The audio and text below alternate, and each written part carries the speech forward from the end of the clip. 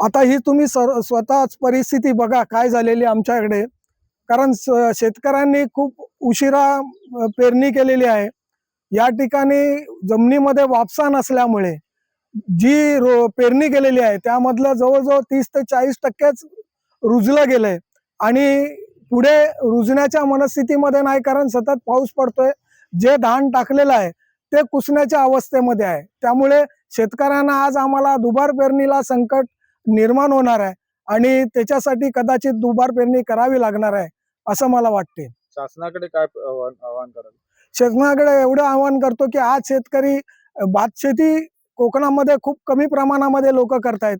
कारण कोकणातली भात शेती ही जवळजवळ वर्षभर उपजीविकेचाच तेच एकमेव साधन असल्यामुळे शासनाने यावर शेतकऱ्यांना खूप मदत करावी आणि दुबार संकट जे येणार आहे त्यावर मार्ग करावा. धन्यवाद.